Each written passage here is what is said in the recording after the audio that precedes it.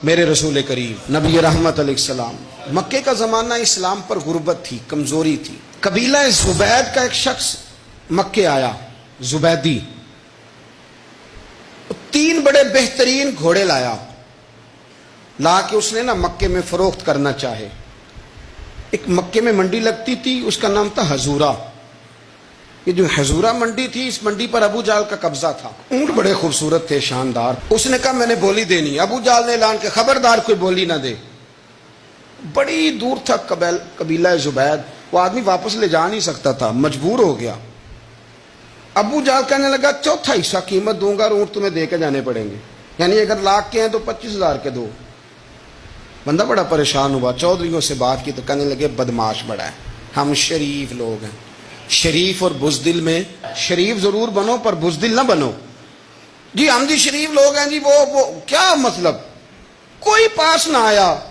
وہ بیچارہ کونے میں بیٹھ کے رونے لگ گیا، کہنے لگا میں کدھر جاؤں یارو، میں واپس بھی نہیں لے جا سکتا، اور 1/4 حصے میں دے کیسے جاؤں، اتنا نقصان۔ وہ رو رہا تھا تو کہیں حضرت زید بن ارقم نے سن لیا۔ آپ فرمانے لگے کیوں روتا ہے؟ کہنے لگا یار میں نے تو اہل عرب کی تعریف سنی تھی، میرے ساتھ کھڑا ہی کوئی نہیں ہوتا۔ تو آپ فرمانے لگے تو نے عربی دیکھا ہی کب ہے؟ اگر کائنات کا حسین و جمیل عربی دیکھنا ہے تو جا حرم مکہ میں بیٹھا ہے۔ مکھ چند بدر شاہ شانی ہے تے متھے چمک دی لاٹ نورانی، کالی زلف تے اکھ مستانی، مخمور اکھی ہیں نا مد بریاں سبحان اللہ۔ ما اجمل کا ما احسن کا ما اکمل، کتھے مہر علی تے کتھے تیری ثنا، مشتاق اکھی کتھے جال۔ تو نے دیکھا کب ہے؟ اگر عربی دیکھنا ہے نا تو وہ بیٹھا ہے، جا کے حرم میں ٹیک لگائے، مظلوموں کے والی، غریبوں کے ماوا، رسول رحمت، ایک سادی سی چادر اوڑے حضور بیٹھے تھے۔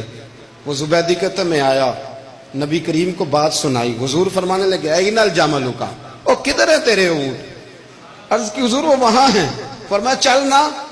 حضور کوئی بولی نہیں لگا رہا، کوئی خرید نہیں رہا، ابو جہل گھنٹا پڑا اس کے ڈر سے سہم گئے۔ حضور فرمانے لگے چل نا، میں بولی لگاتا ہوں۔ اور دیکھو نرخ بازار محبت کا انوکھا ہو گیا، خود خریداروں میں شامل آ کے مولا ہو گیا۔ نبی کریم نے حضرت سعد بن ابی وقاص کو بلایا، حضرت عمر کو، حضرت ابو بکر کو، مدد کے لیے نہیں۔ حضور فرمانے لگے میری جیب میں پیسے تھوڑے ہیں، ظاہری طور پہ تھوڑے ہیں، ورنہ تو کائنات کے خزانوں کی کنجیاں حضور کے پاس ہیں۔ تھوڑے تھوڑے پیسے دو بھی بولی دینی ہے، سب سے پیسے لیے چلو بولی لگانے چلے۔ حضور آئے، اللہ اکبر، یہ میرے رسول کا طریقہ ہے۔ آؤ ذرا تھوڑی دیر کے لیے سوچیں۔ ابو جہل بیٹھا ہے بڑی مسند پہ، قربان جاؤں مدینے والے حبیب۔ وہ زبیدی کہتا اس کے کپڑے مہنگے تھے، حضور کے سادے تھے۔ اس نے بڑی پگڑی باندھی تھی، حضور کی سادی تھی۔ کہتے وہ آنکھیں اٹھا کے بات کرتا، مدینے والے نبی آنکھیں جھکا کے بات کرتے۔ وہ بولتا جاتا، حضور تھوڑے تھوڑے سادے سادے ٹھہر ٹھہر کے جملے بولتے۔ کہتے ہیں نبی کریم علیہ السلام اس کے ساتھ آ کے حضور بیٹھ گئے اور فرماتے ہیں میرے رسول کریم نے اپنا جبہ سیدھا کیا، پگڑی کو حضور نے سیدھا کیا اور فرمایا چل لگا بھائی بولی۔ اس نے لفظ بولے، پھر حضرت ابو بکر نے بولی دی، پھر حضرت عمر نے دی، پھر سعد بن ابی وقاص نے دی، پھر زید بن ارقم نے دی، پھر رسول کریم نے دی۔ وہ کہتا ہے جتنے میں بیچنا چاہتا تھا نبی پاک نے ڈبل میں میرے اونٹ خریدے، ڈبل میں اونٹ خریدے میرے رسول۔ سلام اس پر کہ جس نے دشمنوں کو بھی قبائیں دی، سلام اس پر کہ جس نے گالیاں سن کر دعائیں دی۔ اور میرے اعلیٰ حضرت کہنے لگے جاؤ جا کے اعلان کر دو، غم زدوں کو رضا مجدہ دیجئے کہ ہے بے کسوں کا سہارا ہمارا، بے کسوں کا سہارا، جاؤ غم زدوں کو رضا مجدہ دیجئے کہ ہے بے کسوں کا سہارا۔ رسول کریم صلی اللہ علیہ وسلم نے خریدا مال، اور حضور سید عالم وہاں سے نکلے، اور نکلتے وقت حضور فرمانے لگے ابو جہل تیری آج شکایت آئی ہے، آج کے بعد نہ آئے۔ مکہ سارا اس کے ساتھ ہے، حضور کی مخالفت ہو رہی ہے، 40 لوگ ہیں صرف کلمہ پڑھتے، اور دین کا کام دار ارقم میں قید ہو کے کرنا پڑتا ہے۔ لیکن جب ظالم کے خلاف نکلے ہیں تو پھر دار ارقم میں بند ہو کے نہیں، پھر میدان میں نکلے اور فرمایا آج کے بعد تیری شکایت نہ آئے۔ کہنے لگا جی بالکل نہیں آئے گی۔ میں آپ کو موقع نہیں دوں گا. حضور چلے گئے تو پیچھے سارے کافر اس کے گرد اکٹھے ہو گئے, کہنے لگے ہم پہ تو بڑا روب ڈالتا ہے, اب تجھے کیا ہوا, پانی پانی ہو گیا, تو کیا کون سا سانپ سونگ گیا, بولا ہی نہیں.